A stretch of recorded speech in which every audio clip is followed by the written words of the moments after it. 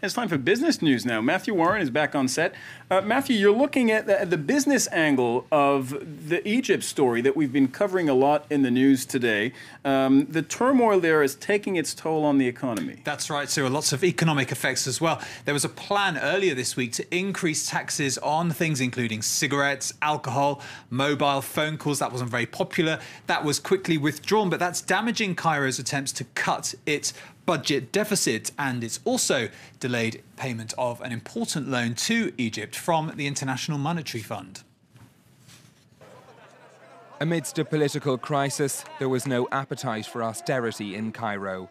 On Sunday, President Morsi had announced details of a raft of tax hikes, including on cigarettes, alcohol and mobile phone calls, in an effort to reduce Egypt's budget deficit.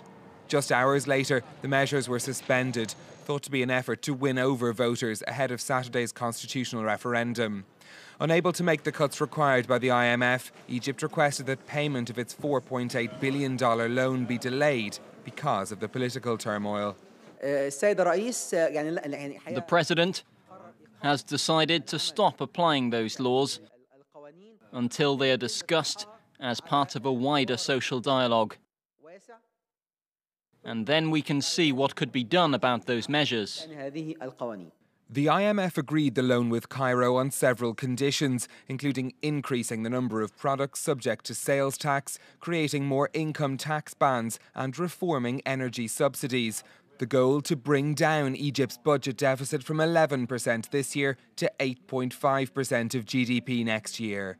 Confirming the delay, the IMF said it remains in close contact with the Egyptian authorities and stands ready to continue supporting the country during the ongoing transition and to consult with them on the resumption of discussions.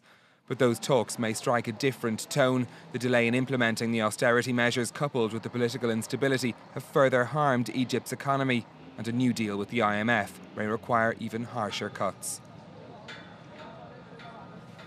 And with all this, the Egyptian stock market has been suffering as well. Yes, and in fact, for a long part of 2012, it had been one of the best performing this year. But you can see what happened. This is over the last 6 months, went up and up, but has started to fall since all that turmoil. Now, how are the European markets looking this Wednesday, Matthew? Well, they're all just opening up, and it's a pretty mixed picture. They're flat overall. You can see they're just some slight gains all moving around. Very slight, yeah. Milan doing slightly better, up 0.5%, and markets will be watching what happens there later today. They're trying to sell 6.5 billion euros of bonds. We'll see whether they have to pay higher rates after all that instability. That is the picture in Asia at the close of trading today. The markets all finishing up. Just look at the Kospi there after that North Korean rocket launch. They weren't that bothered. It managed to close 0.5% higher. And there are several important meetings that you're going to be monitoring today across the business world. Yes, a lot for investors to chew over. Firstly, the Federal Reserve, the American central bank, will be wrapping up 2 days of policy meetings, and there's wide expectation they're going to announce some more monetary easing. That's to help boost the economy. That will be later this Wednesday. Also, the oil-producing organisation OPEC will be meeting. They'll be choosing a new Secretary General on Wednesday, and Saudi Arabia, the world's biggest oil producer, is lining up against both Iraq and Iran, actually pushing their own contenders, all to succeed Libya's Abdullah el-Badri. Otherwise, the OPEC's expected to keep its oil production at around 30 million barrels a day. And if we look at what's going on here in Europe, finance ministers today are going to be trying to work out how to regulate Europe's banks. Yeah, now there's general agreement that the European Central Bank should have a supervisory role, but the devil is in the detail. And that's because both France and Germany can't agree on whether it should be big banks only or all banks. France wants all banks. Also, Germany says there needs to be more time to get this all underway. And then countries like Sweden and the UK, which are outside the Eurozone, don't want to see too much infringement of their own banking supervision. So plenty of details to work out there. Well, let's get some of the day's company news now. And more job losses are planned at French car maker Peugeot Citroën. That's according to unions who say an extra 1,500 jobs will be cut. That's on top of the 8,000 already announced. Well, shares in Peugeot Citroën are up 6% this morning on that news. Matthew, this is an interesting one. Italian drivers queued to buy petrol late on Tuesday. That was in advance of a 60-hour strike by petrol stations. Unions claim owners of petrol stations are seeing their profits squeezed by oil companies. A minimum service will be available on motorways with at least one station open every 100 kilometers.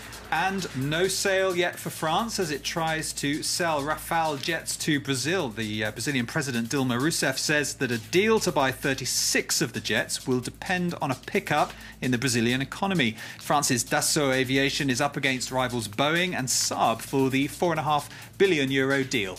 And if we stay with Brazil now, they're hoping that some upcoming sporting events will also help the economy there. Yes, now, for a while, Brazil was a star of the world economy, had great growth, 7.5% in 2010. It's no longer for example, the case. No, last year about 2.7%, so starting to slip back. Still not bad from a European context, but slower than previously. Well, now some of the country's regions are hoping that they're going to get a sporting boost.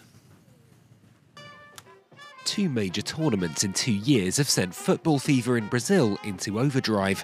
With construction of venues still underway, everyone wants a piece of the action.